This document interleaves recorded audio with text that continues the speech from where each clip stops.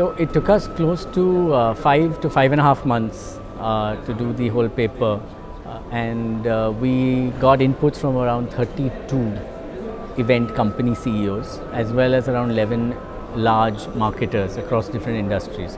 So I think it was a deep enough study, and we were able to cross-relate, from the client side as well as the agency side, all the data that we got.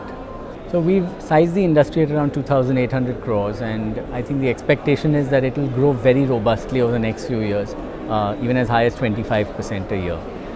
There are a few factors to support that. The main factor, of course, is the fact that most media has gone regional. Newspapers have launched a lot of editions. TV channels have gone regional in a very big way in markets like Bengal, Maharashtra and the South, Punjab, Bhojpuri. And as media goes regional, it's going to need reality shows. It's not going to need fiction, it's going to need contests, it's going to need awards to sustain interest and engage with its audiences. And that's really where the event agencies will come in.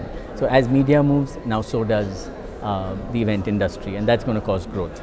The second aspect really is all around, IP. Intellectual property is huge, but the event industries haven't cashed in on it so much today.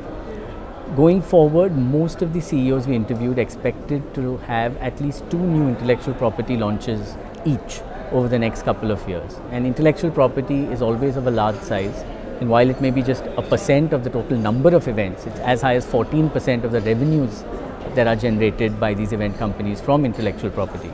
And therefore, the fact that many new IPs are going to be launched is good news. It will certainly lead to a lot of growth. I think it's possible to come up with IP.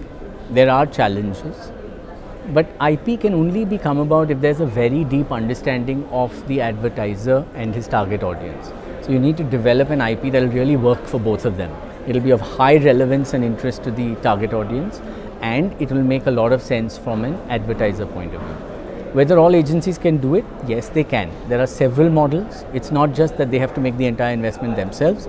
They can even make an investment in partnership with another media house, where the media house provides the media and they provide the concept, the creativity and the execution.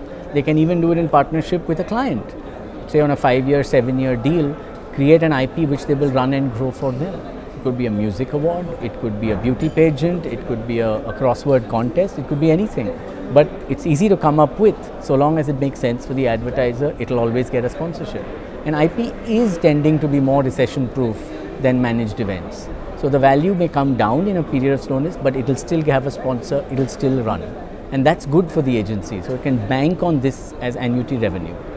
I think there are 2 steps that the industry needs to take now. Now that the baseline is set, now that you have an industry with a size, now that you can go to the regulator, you can go to clients, you can talk about yourself, it will build credibility. It will say that you exist, and therefore that is itself a good thing in terms of building confidence.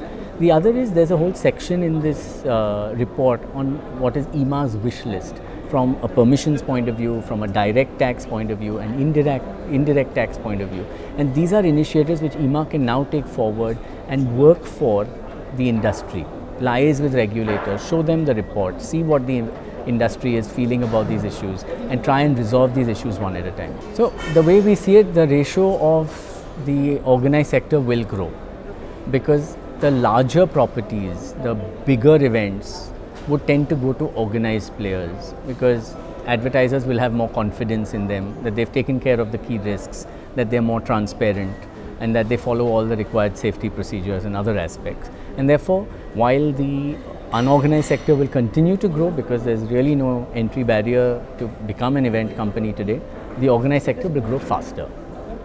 Is it because of the faith that the market has? It's just a confidence that you have that things can't go that wrong, okay, and that you'll end up with decent deliveries on what your objectives are. The first thing they have to do is get more transparent. There's a cost, there's a revenue, there's a margin. I think that should be opened up. When clients see that, they'll have far more confidence. When investors see that, they'll be very confident as well. Second is you need to get into event risk management to ensure that every event, the key risks are identified, both at a conceptual level as well as at an operating level. And once those key risks are identified, then there should be a mitigation plan for those key risks. And again, that shows that there will be no extraneous liabilities on the company. And the third thing really is around demonstrating return on investment. So how does an event company demonstrate to the buyer, the chief marketing officer, that what he spent is valid and is genuinely demonstrating value for that company, so that the marketing officer in turn can demonstrate this to the CEO, and therefore funds will continue to come in, investors will see that the book is recurring in nature, and that will again increase their confidence in the company. So let me put it this way, it's the first time the industries come together in any manner, and hats off to IEMA for achieving that. Now they need to, I think, take the findings of this white paper and act on them again together as an industry, and that will help everybody.